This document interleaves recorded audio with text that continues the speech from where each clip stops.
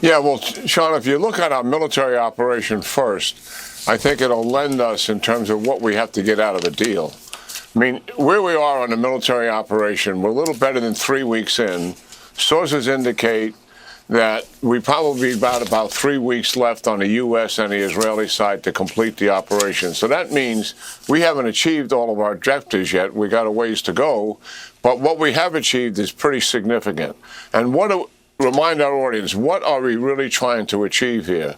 One is that we're going to strip them of their ballistic missile program now and in the future. The same thing with drones, and what they have and also what they're capable of manufacturing. So taking down the current capability and the future capability is vitally important. When it comes to nuclear, absolutely take away their capability to do nuclear, specifically the enrichment, but also the centrifuges, the metallurgy that they need to do conversion. It's a comprehensive enterprise, and we have to take all of it away from them. That is the intent of the military operation.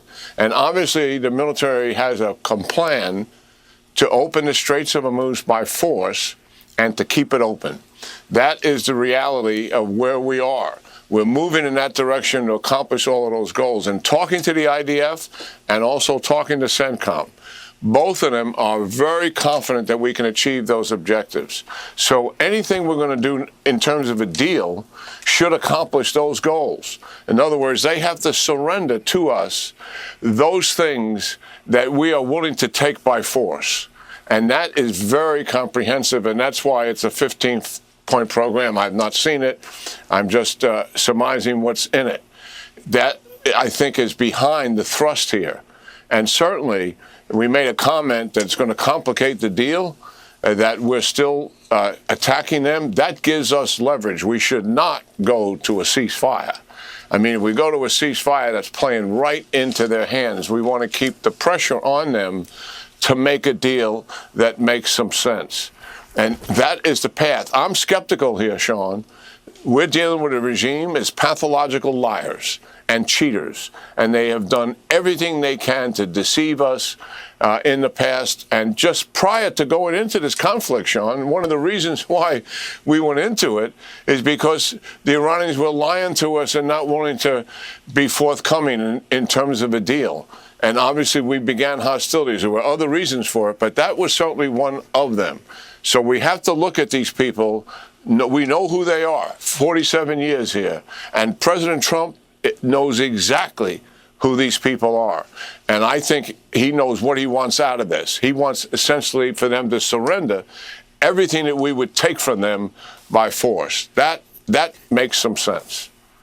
Okay, won't the greatest test, General, of this be, now that we're dealing, we don't even know who the real leaders are. We're now at like the fourth tier level of leadership in Iran.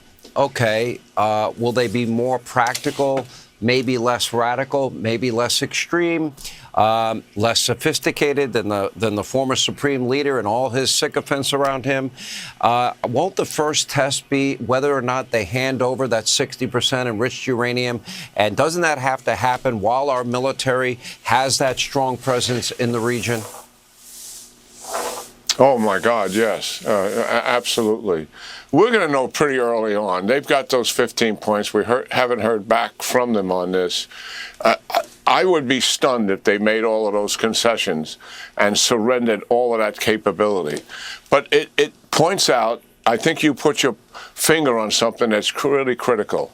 What we're hearing from the Israelis, who are closer to what's happening inside the regime because of the informants they have that are working and talking to them, is there's chaos in the decision-making process. The people in the leadership positions, and these are obviously second tier and down, they are concerned about what? They're concerned about personal survival, number one, and number two, they want the regime to survive, recover, and rebuild.